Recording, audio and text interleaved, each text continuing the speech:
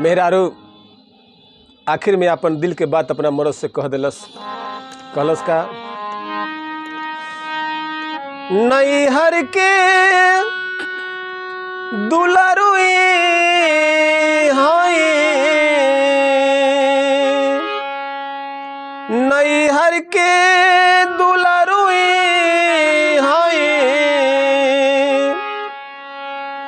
आरे बारसु कवार पिया, कटिया न होई हमसे, कटिया न होई हमसे, राखी बनिहार पिया, कटिया न होई हमसे।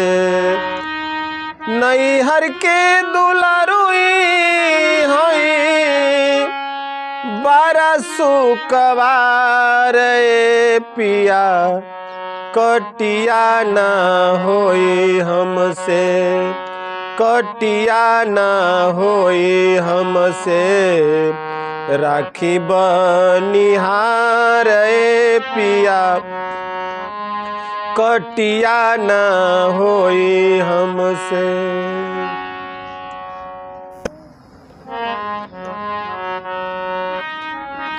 चैत के महीनावा में सुलझे बदनिया,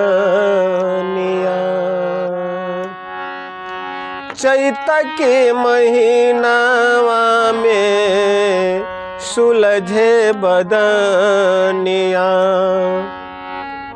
मटिया मिलल जाए सोना के जवनिया, मटिया मिलल जाए सोना के जवनिया।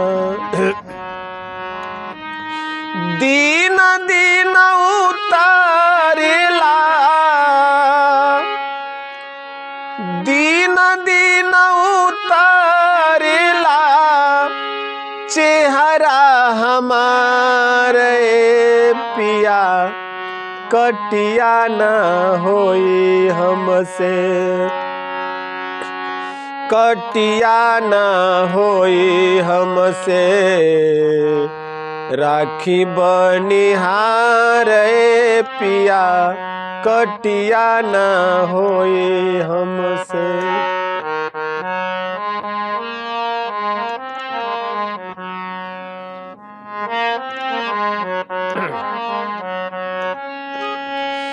कटिया करैब सैया जी, बोझवा ढोवैब।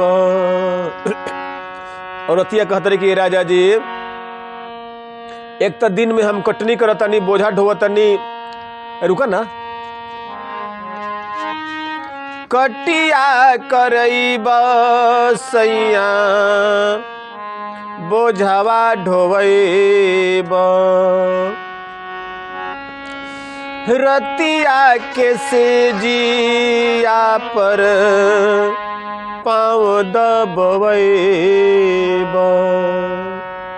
बताई, हमरो शरीर नुबा, इतना काम हमरा से ना होइए राजा जी। काहे कि हम अपना नैहरा में इतना मेहनत खटनी ना कैनी जे आज हमरा ससुरारी में करे के पड़ता। बड़ा वियोग में औरतिया कहतरी, कटिया करैब सैया जी, बोझवा ढोवैब। रतिया के सेजिया पर पाँव दबैब। इतना कलेश कैसे, आतना कलेश कैसे,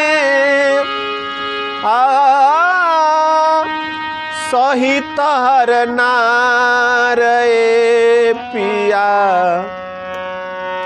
कटिया ना होई हमसे, कटिया ना होई सैया जी राखी बनिहार ए पिया कटिया ना होई हमसे, राखी बनिहार ए पिया कटिया ना होई हमसे। अच्छा लगे भैया तो छोटा भाई समझ करके एक लाइक और एक सब्सक्राइब करेंगे।